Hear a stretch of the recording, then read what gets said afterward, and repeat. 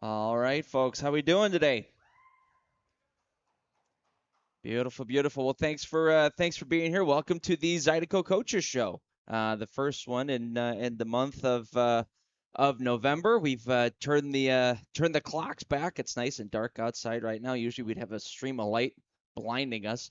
Um, but happy to be here. Happy to be back in town. Andy Poetzinger alongside head coach Everett Thompson. Later on today, we'll bring Elias Thompson on as well. Not related, at least not that I know of. No. So, um, but thank you for tuning in. Thank you for being here in person at the 1717 restaurant inside the Queen Casino. I want to thank all of our great fans for tuning in as they normally do. So today, like usual, we'll go over what happened last week and preview a pretty big week coming up here against the Columbus River Dragons. So and obviously we'll get to learn a little bit more about Elias as well. But Et, let's take a step back and go over what I missed here against Danville. So we talked a lot last week um, about these two games against Danville being important to not overlook or take any step backs or anything like that. We ended up getting 5 out of 6 points at the end of the day, and we seem to have quite a lot of confidence and swagger heading into this weekend against the River Dragons. To an extent, I think is true.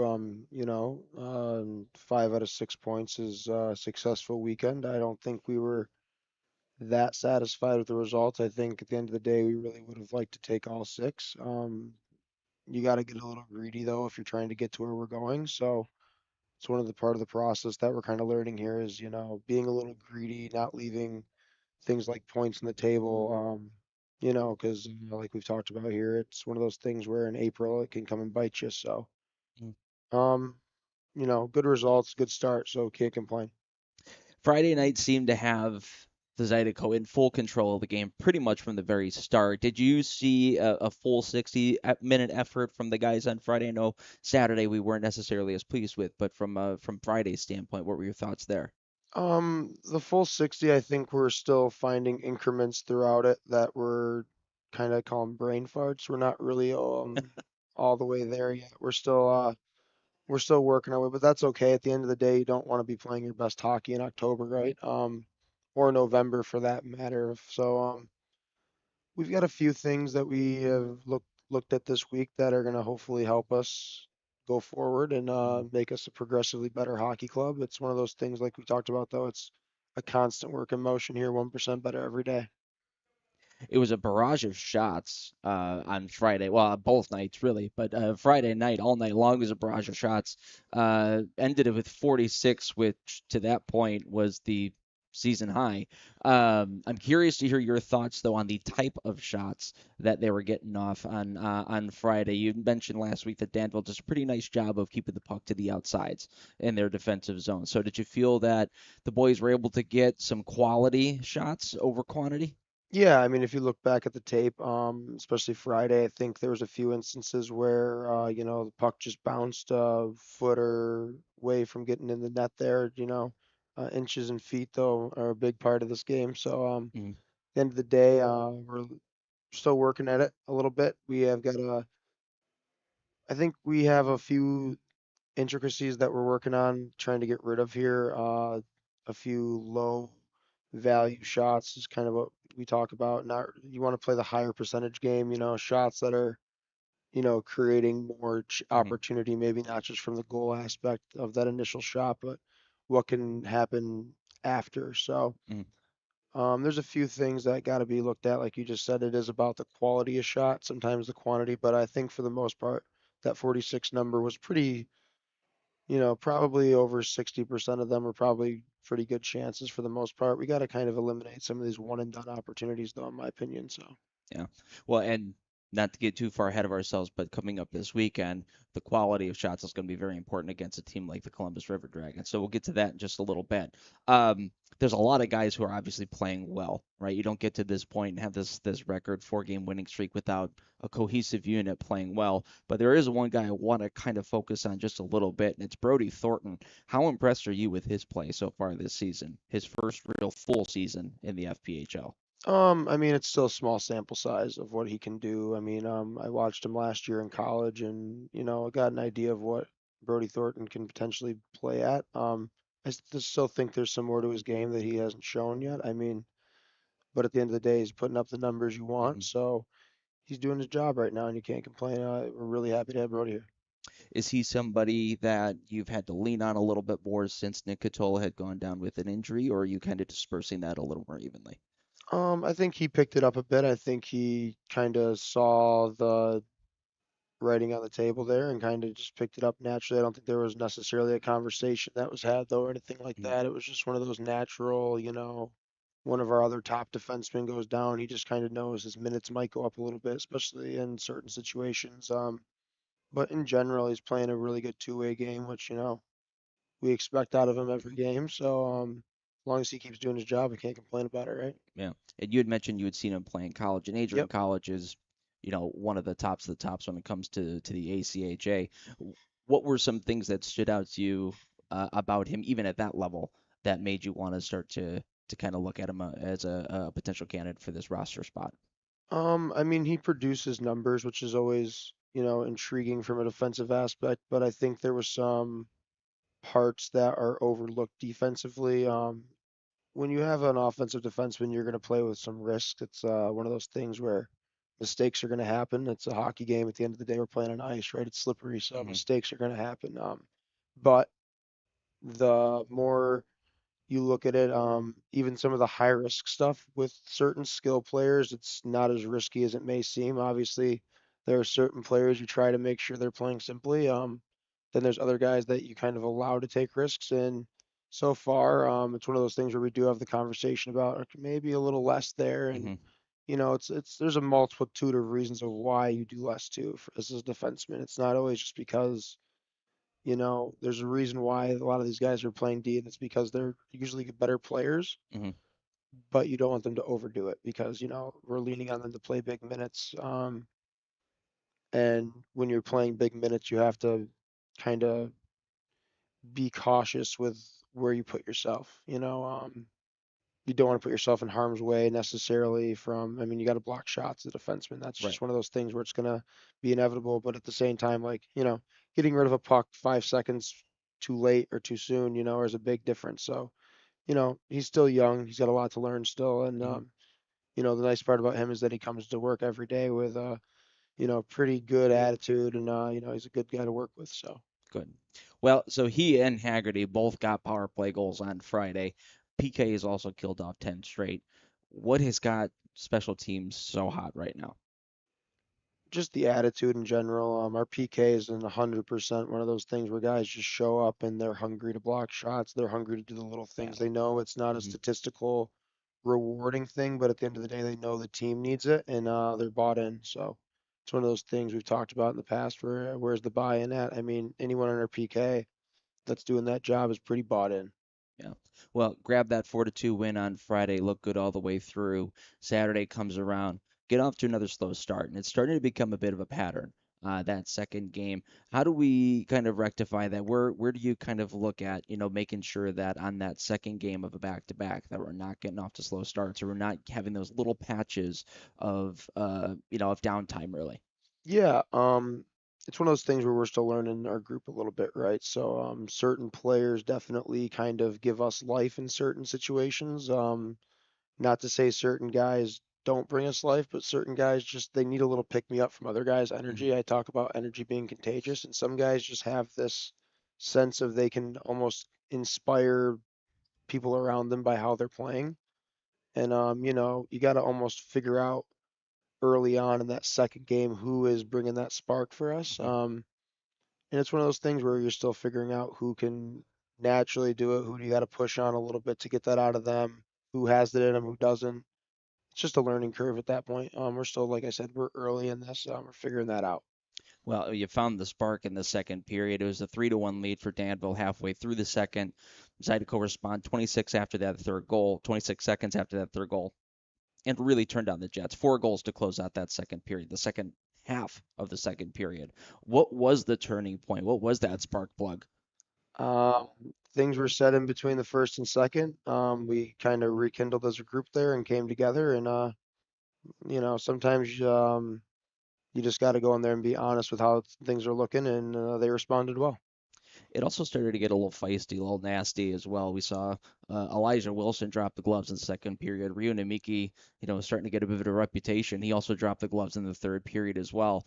What was there anything that kind of happened that caused things to boil over? Was it just the natural pace of the game? Yeah, no, nothing was said or anything like of that nature. The guys just knew at the time. It was one of those things where we need to find the energy within our group here, and no one's going to come necessarily from anywhere outside and help us at that point, Hmm. right? So you just got to kind of fight through it. And the game of hockey's a weird one. The puck will bounce for you for 5 minutes. Sometimes it won't bounce for you for 45. It's just one of those things where when it's bouncing for you for those five, try to take advantage. So, Hmm.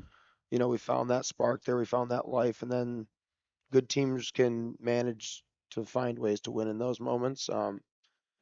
Saturday is one of those games where, I don't want to get too far ahead here, but Hmm. you don't necessarily probably looking at back at the tape even we maintain the puck possession.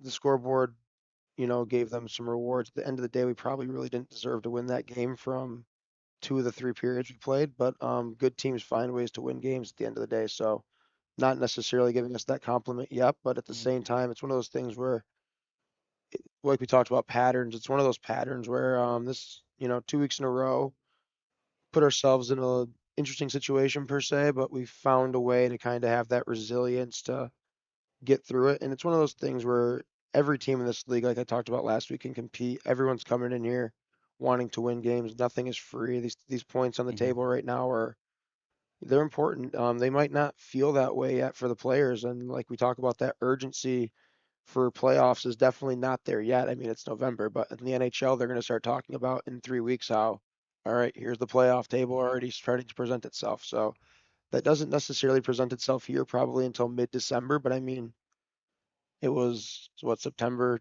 yesterday it felt like. So Right. I mean, it, It's it gonna go goes by quick. fast. So Yeah. it's the urgency, especially now that we talked about it. We're starting to see some opponents in here that are going to give us a good show. They're going to give us something that we haven't seen. And it's fight or flight. I think we're going to go right into this one personally. I Yeah. think we're prepared. I think we have, like you said, a little bit of swagger, but I also think it's one of those things where when two hurricanes run into each other, you're going to see something Hmm. interesting, right? So, um, we got to answer a bell here that, historically as a franchise, it's been one of those things we haven't done yet, or other than one time, I think. So Hmm. it'll be interesting. Yeah, absolutely. Well, now we see Danville four more times That's this true. season. So is this something that you think, that feistiness and that chippiness, do you think that's something that might carry over? Because it's going to be a little while. It's going to be January, I believe, before we see them. Residing to Danville, yeah, I think that group is always going to be a Yeah. tough, feisty group to play against. They gave us two good games this weekend, whether the scoreboard said it or not. I mean, Saturday night was obviously a barn burner of a game. It was a Yeah. really good hockey game, especially from an entertainment standpoint. It gave you everything you wanted. Overtime, game winning at home. It was a great Saturday night at the end of Yeah. the day. Like I said, though, we did leave some points on the table, so and it was a feisty game. That's just how I think we're gonna have to find ways to win some games in this league. Well, and I want to talk about overtime too, because watching that, it just was chance after chance after chance. We've actually got a comment to talk about Jackson Bond. He had so many chances, just couldn't really find the back of the net. But eventually, Kevin Zabad, capped off a great weekend, 2 goals, 2 assists, four Yep. points. End of the game, got us the big win, things like that. Now, it wasn't pretty, but they found a way to win, like you said. Is that one of the biggest differences that you've seen in the young season so far compared to, what was going on last year? Yeah, I mean, obviously wasn't here for the beginning of the year last year, Hmm. but at the same time, we started to find a little resilience in that group, and with the core guys we have, I knew we had a really resilient core of guys coming in. They've fought through a lot last year. They've been battle tested per se in Hmm. multitude of ways, so. I'm not going to say that things are easier for them this year, and maybe Right. in a couple ways, but at the same time, like they know now kind of what they have to get into, especially like you talked about, like PK is one of those things where it's just one of those all heart, all, attitude just Effort. has to be the right and Hmm. effort, and it's clear who wants to be in a shooting lane and who doesn't sometimes, Yeah. and we have a lot of guys right now that are willing to get in the shooting lanes, which is Awesome. one of those Yeah. things you don't get paid for. Yeah. It's not. It's a free stat. that we don't even take. So kudos to all of our players for doing it, though. Absolutely. Well, we're going to bring in one of those guys who was here for a little bit last year. Elias Thompson is waiting to get up on stage. So we're going to switch out ET for ET here in just a second. We'll go to a commercial break and be back with Elias Thompson right after this. You're watching the Zydeco Coaches Show live from the Queens Casino.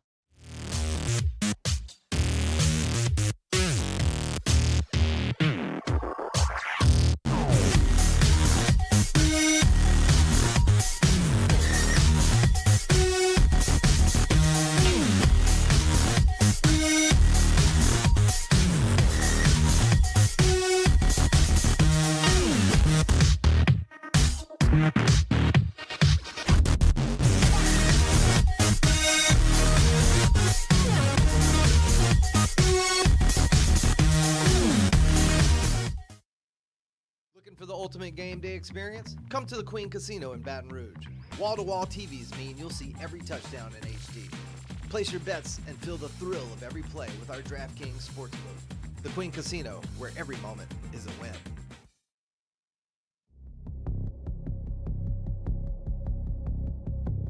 Does he think he's better than us? We'll find out. Think you're better than us with that fancy stick work, huh? Buddy, watch this. Yeah, you got good hands. Well, watch this.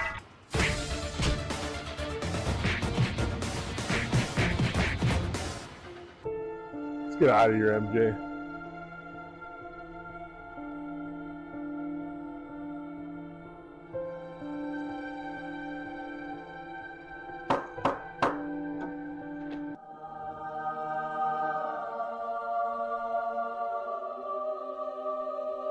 Hey, I'm Dr. Donald. Scott, come on in, Scott. Thanks. Scott, you ready? All right, you can have a seat right here. All right, Scott. We're going to get you all fixed up today, okay? A few moments later. All right, Scott. Good as new. Thank you, Dr. Donald. You're welcome. Welcome to Advanced Dental Care, official dentist of the Zydeco hockey team. Whether you're a hockey player or not, we can give you the perfect smile. Dawn Seafood, our weekend brunch isn't just a meal. It's the moment you've been waiting for all week. Begin your legendary weekend with brunch favorites like our shrimp and grits, crab cake benedict, and of course, bottomless mimosas. Let's be honest, the party doesn't start until Dawn Seafood hits the table. From our team at Dawn Seafood, we want to thank you for the past 90 years and cheers to many more together.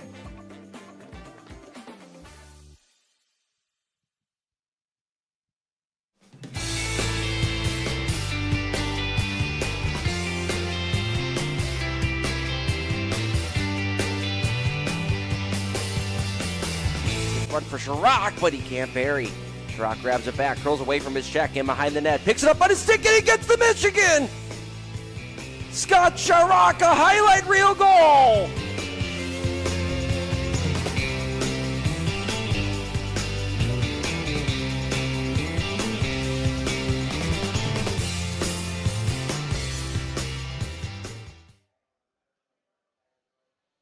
All right, welcome back to the Queens Casino, everybody. To my right, you know this guy, Elias Thompson, number 11. How are you, bub? Doing good. Good. Yeah, thanks for being here. I appreciate it. So you're one of the guys who's obviously been here since last year, so I want to kind of touch base on that a little bit, but I also like to go all the way to the back to when it kind of first started. So you grew up in Wautoma, Wisconsin? Yep, Wautoma, All right. Wisconsin. When did you first start getting into hockey? I was 12 years old, actually, so pretty late. Yeah. Was playing basketball, and then one day, honestly, my dad, he said, "Hey, we're gonna try this out." I liked all sports at the time, and I was like, "All right," I had no idea really about it, knew what it was. Might have skated a few times, like on the pond in the winter before that, but yeah, I just went with it, and that's how it started. Well, and Wisconsin's got a pretty decent hockey scene. There's quite a few high-end prep schools, some junior programs.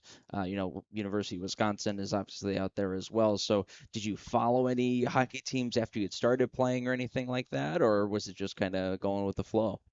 Yeah, my grandpa, he kind of played a little bit back when he was younger, and his team was the Blackhawks, so I knew of them when I started, and then after I started, I started really paying attention. Obviously, that first practice I was like a peewee, so everyone's been playing already for like 6 years. I got there thinking, I was always pretty good at any sport I played, and that was a wake up for sure. I couldn't even.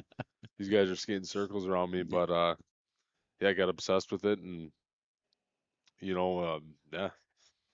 So did you play anywhere pre-high school, or did you really, was that your first team in high school? So yeah, I played. So I played for Wapaka, which was up the road a little bit. That was the closest team. Mm-hmm. So I played for their youth organization. Then I ended up going to high school there, playing Mm-hmm. for the high school until my junior year. And then after that, that's when I didn't go there my senior year. Went and played junior hockey then. Mm-hmm. What was the summer like going to try to find a junior club? Because I've gone through that as well, and it's kind of a disaster, but it's also cool at the same time. So, for somebody who was so new into the game at that point, what was that experience like for you trying to find where were you? Thief River, I believe. Yeah, Yeah, Thief River Falls. yeah, that's where I ended up at first. I think I got invited to some exposure thing, like one of those Yeah, summer things where showcase. Yeah. showcase something like that, and just went. I didn't really, the thought like wanting to go play junior was definitely in my mind, but at the time, I had another year left, so it was kind of just, we'll see. Hmm. And yeah, I got talked to by a few teams, and then that one ended up being the one. I was like, the CJHL, and Hmm. still had a year left of high school, and I was going there anyway. I'm always kind of that type of guy. That's where I'm gonna end up, like playing junior. Like if I have the chance now, might as well go now, and Yeah. instead of take that year, And so yeah, it was I just all right, let's do it, and ended Mhm. up going, and the rest is history. And things must have ended up going pretty good because you ended up in the NA3 with the Alexandria Blizzard. I believe it's one season after that, and you were there for 2 years. So, what were some of your fondest memories going out to Alexandria?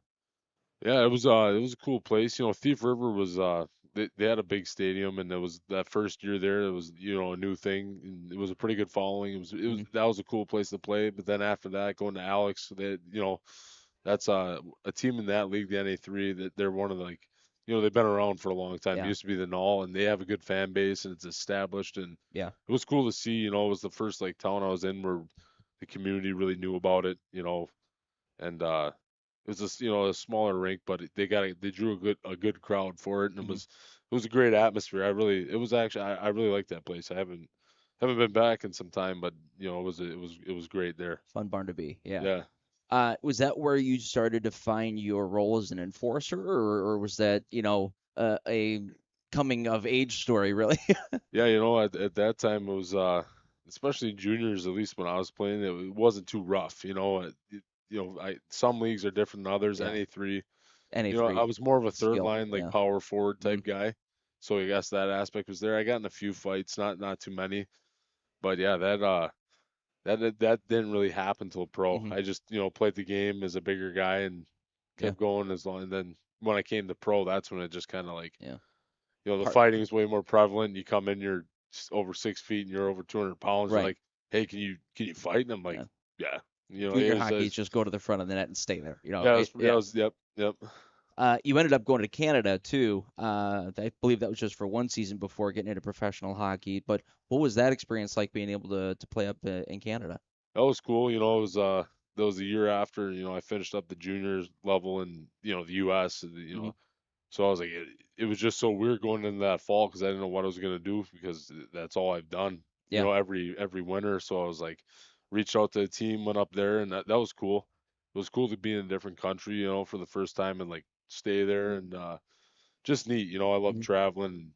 And, this sport really it's brought me around the world. Yeah. So yeah, it was good. It was a good time. I like seeing just how different areas, how people live and stuff like that, and yeah, it was Hmm. great. It was a great time. You'd mentioned kind of looking over your options and things of that nature. Were you looking out for college hockey or anything, or were you, trying to ride the junior train and go straight to professional? Yeah, so college was always, if the offer was there, Yeah. I would have took it, but it wasn't really like a goal like some Yeah. guys have. And I know at the end of the day, pro hockey was where I wanted to end up. Yeah. So then after a year after that, um, actually, I was gonna go to Niagara and play ACHA there, and then COVID. That's when COVID all hit and all that. So I just they weren't gonna have a season. I could have went to school, but then that defeated the purpose of being there. And then so I think I ended up not going, and I was like, at the end of the day, is like my decision was like if I'm gonna spend like I literally be coming in, I think now as like a rookie in the pro, so I'm like I'm gonna end up in the same place anyway if I have the chance Right. beforehand. Might as well just go right at it. And you went to De Pere, I believe, in Wisconsin to play for the Deacons. And I actually, when I was coaching college hockey, I got to be at the De Pere Ice Arena and at the same time as one of those games was happening just by happenstance. Those people are nuts. The fans there are absolutely Yeah. crazy.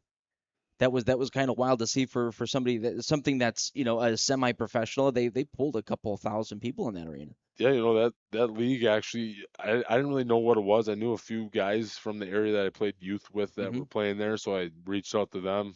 Then again, wanting to play. The winter time, I'm not on a Right. team. I'm like, all right, let's figure something out here. And I was like, yeah, I'll try that out. And it was cool. It's a good run, like technically senior A or whatever it is. It's well ran, like the Fond du Lac Bears. They fill it up, and it's good hockey, especially if you live around the area and you want to keep playing like competitively. And yeah, end up going there, and then my first year on that team is either first or second year, but we won it all, so it was pretty cool, and it's surprising like the talent just in the area, like the pure area that we had on that team, and but yeah, that was fun. It was fun. And a full circle moment for you, starting at 12, and now you're coming back to Wisconsin to play professional hockey at what, 22, 23? Yeah, about 21, somewhere in there. Yeah, kind of a cool full circle moment for you as well. You got to dip your toe in the water with the FPHL with Delaware in 21-22, and then the next season you ended up going to Motor City, and it's a breathtaking 138 penalty minutes, which I looked it up, by the way. That sounds like a lot. You really weren't even close to the leader. He had 260 something penalty minutes, which is just baffling. But you were 13th in the league in PIMS. Would you say you had a lot of fun in your first year in the Fed? Oh yeah, it was it was cool. When I played those first few games with Delaware, I skipped a weekend with the Deacons because the guy gave me a call. I'm like, I'm doing it now. I'm going. Yeah. Yeah, I'm like, at least get those games played. And I was like, yeah. Port Huron ain't too far. So went there, played those 2 games, and I'm like, I made that decision. Like, I was gonna go back with them, but then, something happened where their GM didn't want to sign. Their coach wanted me to come back, but then I didn't get signed, so I ended up not playing for the rest of the year, which I was planning on doing. But at that point I made that decision. Like next year, wherever it is, I'm doing it. Yeah. Yeah. Well, yeah, ended up at Motor City. Now, after a while, do you sort of make a name for yourself? Like, do you realize that, going into games, guys kind of circle your name and kind of come after you out on the ice? Yeah, kind of by accident. I was like, yeah.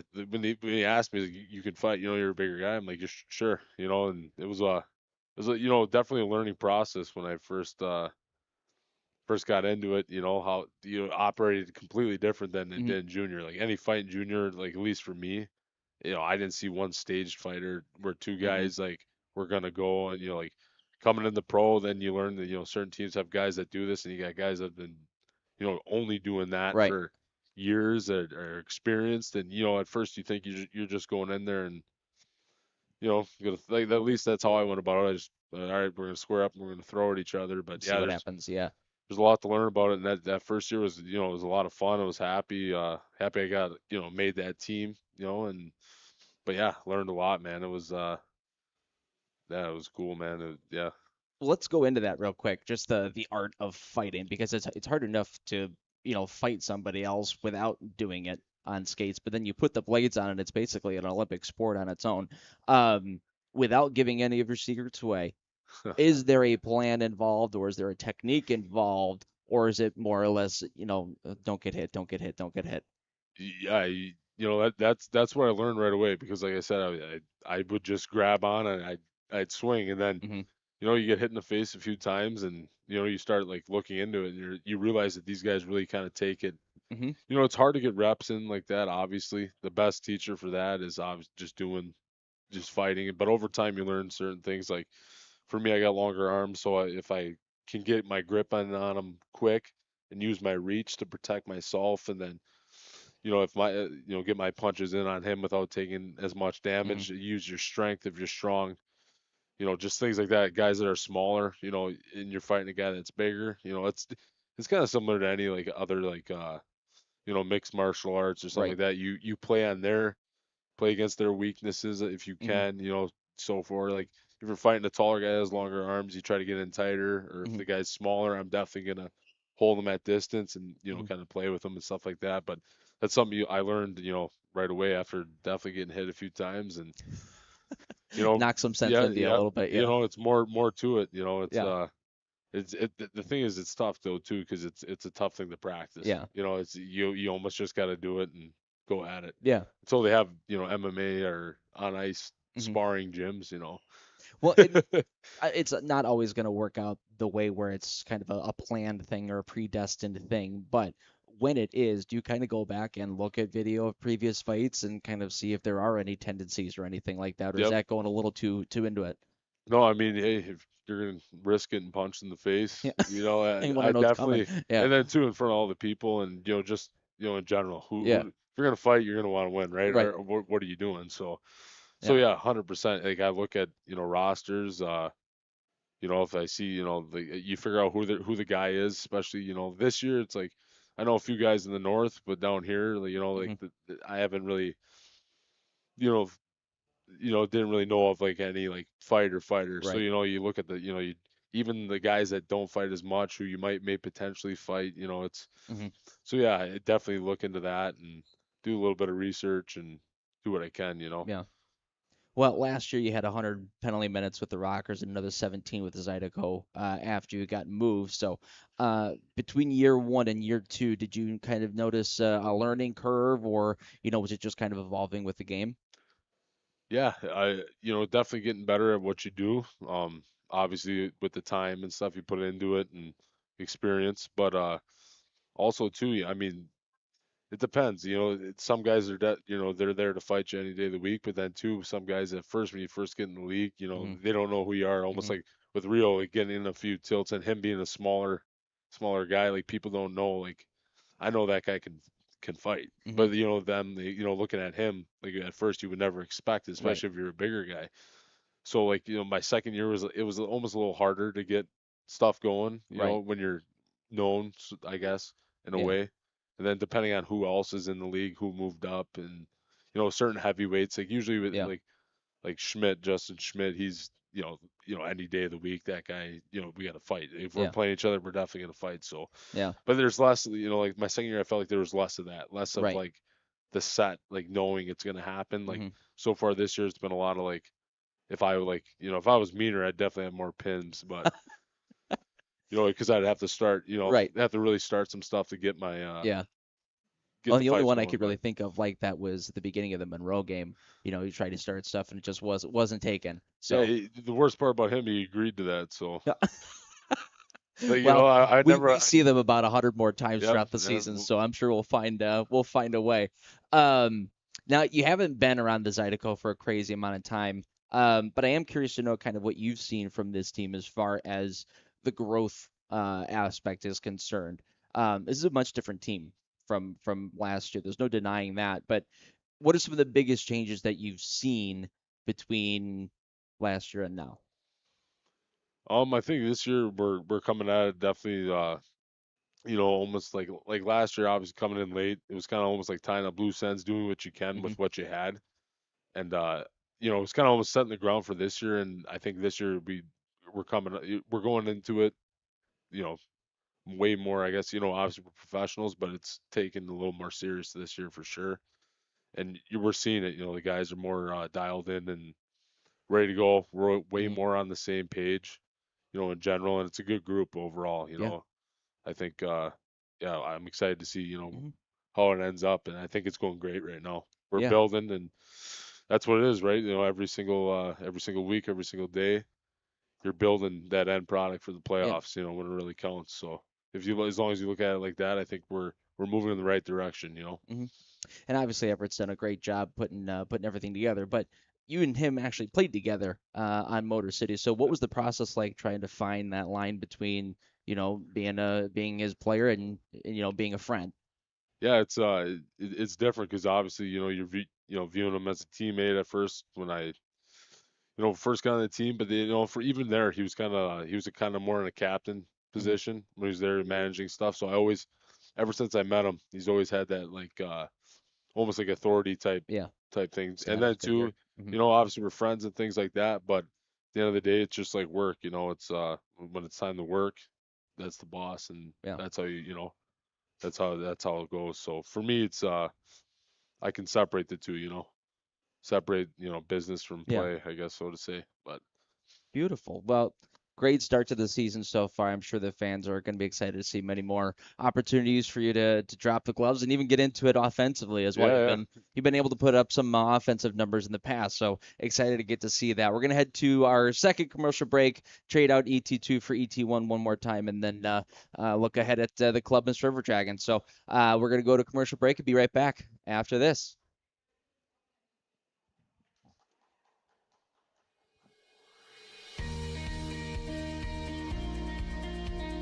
The Men's Network started when I went to a computer club meeting in the 7th grade that Brett organized. At that point, I had never met anyone that was as good at computers as Brett was. And by the 8th grade, we figured out that this was something that we could do professionally. We moved to Baton Rouge to go to LSU, and that's really where our business got planted. Give Immense a call. Let us show you how IT should be done.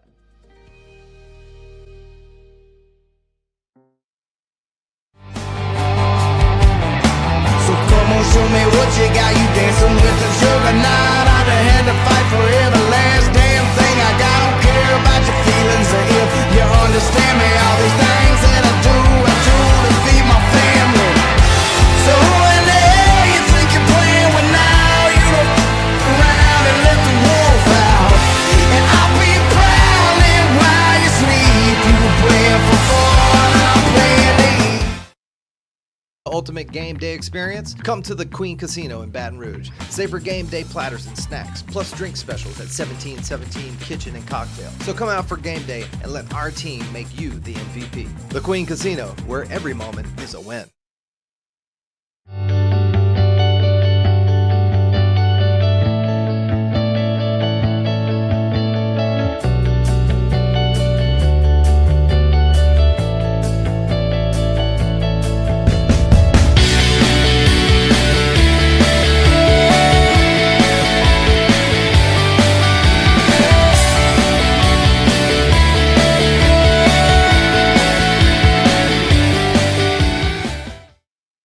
For over 90 years, Don's Seafood has been a Louisiana staple.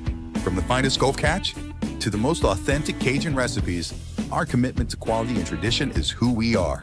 Enjoy favorites like our gumbo, jacked up shrimp, seafood salad, steak, and of course, our signature seafood platter. Don's is more than just food. We're a celebration of flavor and family. From our team at Don's Seafood, we want to thank you for the last 90 years and cheers to many more together.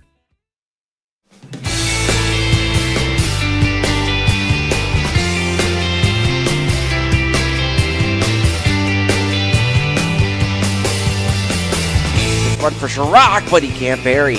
Chirac grabs it back, curls away from his check, in behind the net, picks it up on his stick, and he gets the Michigan! Scott Chirac, a highlight reel goal!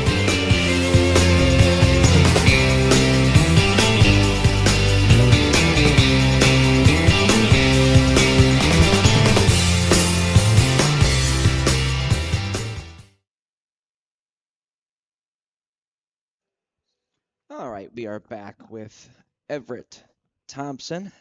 Great conversation there with Elias Thompson. Kind of cool to see the fighting side of things. That there is like an actual art to fighting. How many scraps did you get in when you were playing? A few.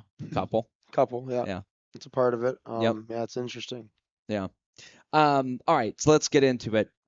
Biggest test of the year so far coming into town. Obviously, it's a young season, but River Dragons, they're one of the best teams from last year. They're one of the best teams this year. Pretty solid up and down the lineup. They could score. They could defend. Goaltending is really good as well. What are some specific things, though, that jump out to you about Columbus? I mean, 3 shutouts in 4 games is impressive. I Mhm. don't care what league you're in or what level of hockey it is. That's an impressive stat. Watching their film, they play with a lot of pace. They're a fast team. McDonald, I don't know if he's their captain this year, but he's one of their leaders. He's been a very productive player in every league he's played in, Mhm. including obviously this one. So they have some things going for them, obviously, that most organizations as a whole would really like. They're kind of one of the model organizations, I'd say, in the league at the moment. Jeff does a really good job there. Kudos to him for building what he has the last few years. To be good in this league, weekend and week out is tough. So, Mhm. I mean, they meet a level of consistency, it seems, that most teams don't. And they do a lot of good things behind the scenes. They treat the players well. They treat their staff is they come with a big staff here. When Columbus is coming. At the same time, though, they're a good opponent to have. It's going to be a great hockey weekend. Yeah. And last year they were the best team in the regular season. And like you had mentioned earlier, pretty much dominated Baton Rouge on all fronts, minus that one victory that we had at the beginning of the year. I believe actually was the first victory in franchise history. So, but yeah, out of 13 attempts, just being able to pull that one. However, obviously a very much more evolved Zydeco club this year. What are you hoping to see from your guys this weekend? Oh, it's the same thing every weekend we take the ice, whether it's home or away. We're going to compete. We're one of those teams that, we're going to throw a lot at you, and we're going to compete right in your Hmm. face. We're not going to back down from anyone. At the end of the day, they're in this league too. They're going to wake up tomorrow and put their pants on the same way we Yep. are, and we're going to go right to work. And yeah, I'm excited to see this test for our guys. This is kind of as much as like we talked about, you don't want to overlook anyone. Hmm. These are kind of the weekends that we kind of are been waiting for per se. Seeing these tougher opponents. It's always one of those things where the monster under the bed is always there Yeah. until all of a sudden you look under and it's not as scary as you think. Yeah. So I think they come in, and I think there's always a respect level that has to be met with a team like Columbus. You have to respect what they've done. 3 shutouts in 4 games, like I said, that's an incredible stat. You have to respect the level of consistency they come with. But at the end of the day, it's a hockey game on Thursday and Friday, Hmm. and as soon as the puck drops, you can throw out all the stats. Everything in the past doesn't matter. Yep. It's what's Out the what's window. yep. It's what's going to happen on the ice. It's going to happen on the ice, and that's the great thing about this game. It doesn't Yeah. matter who is in what jersey. It's 2 teams competing against each other, and that's what makes this game great. Yeah. Well, and you mentioned those 3 shutouts in 4 games. Uh, the one game that they did give up a goal in, they literally gave up a goal. So they've given up 1 goal all year long. But the interesting side of it is the Zydeco have the highest goals per game in the entire FPHL this year. So something's really got to give. The dam has to break at some point. Um, but I'm curious to know, after looking at video, what are some of the things that you're seeing from the River Dragons defensively that's making it so hard to score on them? I think it's the pace they play with in general. I think they've put both opponents that they've played in a pace that is uncomfortable for them, and it shows. I don't think they're afraid to sit back and kind of. They don't necessarily have to have the puck, but when they do, they dictate a lot, and they do generally have the puck a lot. Also, one of the things we try to preach here is having the puck a lot. It's one of the things you work really hard to have. There's no need to get rid of it when you do have it. Hmm. But at the same time, they do a really good job of playing away from the puck, which is what I find most impressive at this level. They've got some veteran leadership though, and they're one of the teams that's had guys that have now been together for 3 to 4 years, and you can really see the differences that it makes when guys have been playing together for a couple of years, just knowing where a guy's going to be without even maybe looking or talking. That's something that builds chemistry wise over a Hmm. while. So in theory, we're still building that type of camaraderie inside our room, but at the same time, like I said earlier, it's going to be a hockey game here on Thursday. It's going to be one of those rough and tumble. Yeah. We're really hoping to push them into you know, give them into a game that they haven't really seen yet, especially from our organization standpoint. Hmm. We're a totally different team than I think we were last year, and I hope they don't come in thinking that's what they're going to get, because I think they'll be shocked. But at the same Yeah. time, we do know what's coming in a sense. You know until the first punch is thrown. But at Right. the same time, I think we're in a much better position to respond to whatever's thrown at us this year. So Yeah. Well, goaltending is obviously going to be a key factor this whole weekend. First of all, what are you noticing about their goaltending? Because we've talked about it before. It's a team game. Goaltender is not going to get a shutout on his own. It's all about the team. But at the end of the day, when it does end up getting to the net, what are you noticing from their goaltenders? they don't give out a lot of rebounds. It's one of those things where if you put the puck just on net, they're probably going to cover it and hold on to it. Yeah. If you shoot with diction, you shoot with purpose, you might find a way to make a play. But so far, most teams have been kept out to the outside, and a lot of shots have been perimeter. So, and that's, kudos to them for doing that. You got to play hard team defense, and like I said earlier, they also play with the puck a lot. So, when you have the puck a lot, it's hard to get scored on. Yeah. It's one of those funny things where if you have it, it's impossible to score. So, Yep.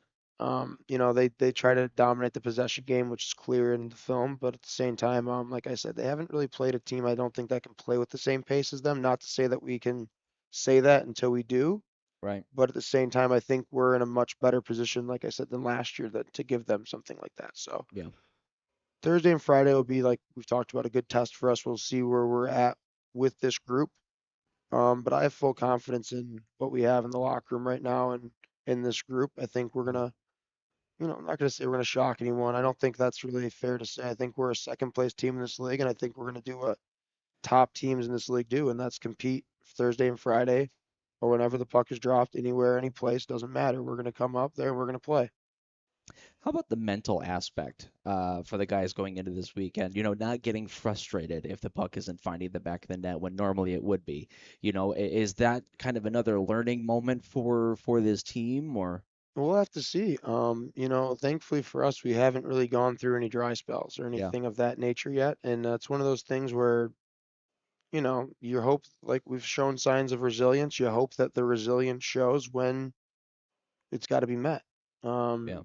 But you don't try to, it's one of those things. Don't fix it if it ain't broken. There's no need to go out and make a bunch of changes. I mean, we're in the spot we're in right now because of the group we have, and the guys are bought Yeah. in. The guys are playing for each other, and in team sports, that can go a long way. Yeah. So, you know, we got to see where we're at. We do need a test like this, and it's coming at the perfect time. It's Bama LSU weekend. It's Columbus Baton Rouge weekend in our league. It's a good weekend to see some top opponents go head to head from Thursday through Saturday here. Yeah. And you stole the words right out of my mouth. I was going to ask about power play, penalty kill. Special teams are relatively even for both sides. So, it's not necessarily, let's focus on it, hyperfixate. It's if it ain't broke, don't fix it. Just leave her be. Yep. Yeah. We made a move Monday. Alexander Jurosik coming in from the Hudson Valley Venom. Tell us a little bit about him and kind of what caught your eye about him. He's a big defenseman, not afraid to throw the mitts around. He's going to help us in a few ways. He plays defense, which is what we kind of need right now. We're a group, like I talked about. We need to get that full 60 effort. He's one of those guys I think can help us, achieve that. It's one of those things where we'll see where it goes. He's young, but he seems teachable and coachable at the same time, and we're going to see how this goes. Yeah. Is there a role that you're hoping for him to kind of adopt and once he gets in here, kind of have him figure it out as it goes? Roles change. Guys obviously have their roles, but it's one of those things where I don't put parameters on players. Guys are going to evolve, not throughout just the season, but throughout the course of a game. Guys are sometimes, like I talked about earlier, you're going to have some guys that are just on. So you try to find the guys that are playing well, especially within certain cliques of guys. Because you do only get 60 minutes and the points do go away. So you got to make sure that whoever's playing well gets, I wouldn't say rewarded, but you just got to justify it for the team. At the end of the day, whatever's best for the team at the time to win games is what we have to do. Some guys don't love to hear that, right? Because it's not the nature of a pat in the back when we're down. But we don't have it down right now. There's no such thing. It's we're building something, and the foundation's the foundation now. Yeah. Now it's time to keep stacking things forward. So yeah. We've got like I said earlier, we got a lot of resilience in the group, and this is a team that is a team first team at the end of the day. Like the reason guys are getting rewarded statistically is because they're playing, 200-foot hockey. And it's one of those things that if we want to keep these good things coming, we have to keep doing these details. So Yeah. Well, and you had mentioned bringing him in a little bit more help for the defense. Obviously, one of the key guys that is not here right now is Nick Cotolo. We had mentioned it before, but I think you might have a little bit of an update on kind of his trajectory right now. Yep. So he's in protocol still for upper body injuries. So it's one of those things where at this level, collisions happen. It's unfortunate that he got hit the way he did, but he's recovering, and we will see Nick on the ice in the hopefully nearer future. Yeah, awesome. Good to hear. All right, so last question for you before we turn our brains off on Saturday and go to LSU and Alabama, watch that. Games are all said and done. What do you want to have learned about your team? Ooh, it's one of those things where it's another baptism by fire per se. So I want to see how we react to knowing that we have a top opponent coming in. It's one of those things where it's just like if you're a high ranked team and you got another top 5 team coming in, does the ranking matter next to the name? No, but yes. So sometimes the history of these teams and that stuff can almost overweigh the reality of what it is. Yeah. And at the end of the day, the guys just have to remember this is a hockey team at this level coming into play, you guys, just like every other team is at this level on Thursday, Friday, and Saturday. And, because like I said, once the puck drops, you throw everything out the door. Where you've played, where you come from, who doesn't matter. We're playing hockey in Baton Rouge Thursday and Friday. Yep. Awesome. Well, we're excited. They're excited. Seems like there's a lot of intrigue around these games this weekend. Might be the spotlight of the FPHL schedule for the weekend. So we're going to wrap things up, go one more commercial break, and send you guys on home. You're watching the Zydeco Coaches Show live from the Queens Casino.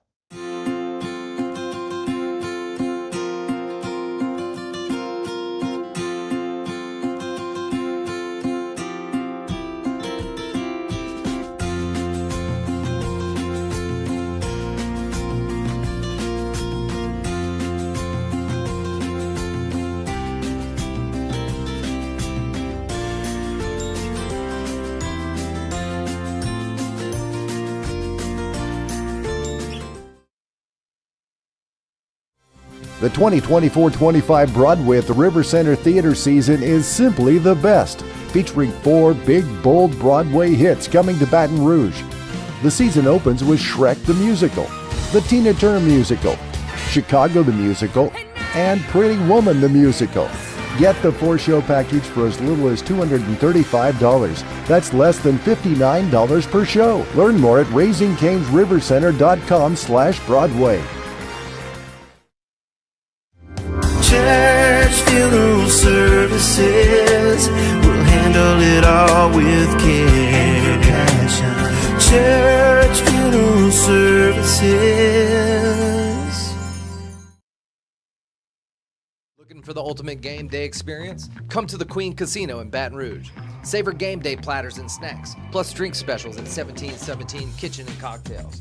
Wall-to-wall, state-of-the-art TVs mean you'll see every touchdown, Hail Mary, and big turnover in crystal clear HD. Place your bets and feel the thrill of every play with our DraftKings Sportsbook. So come out for game day and let our team make you the MVP. The Queen Casino in Baton Rouge, where every moment is a win.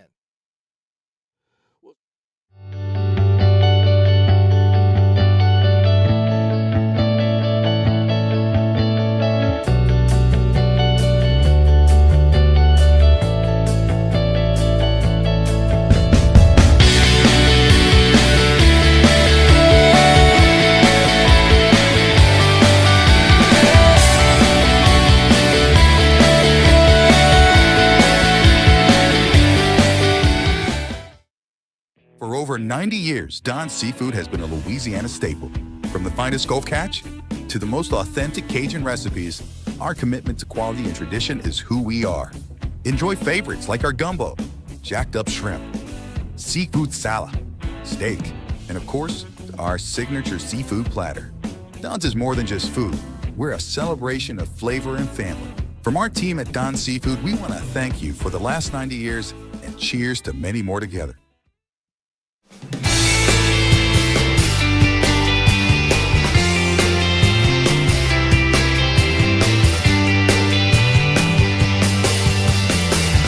front for Chirac, but he can't bury. Chirac grabs it back, curls away from his check, in behind the net, picks it up on his stick, and he gets the Michigan! Scott Chirac, a highlight reel goal!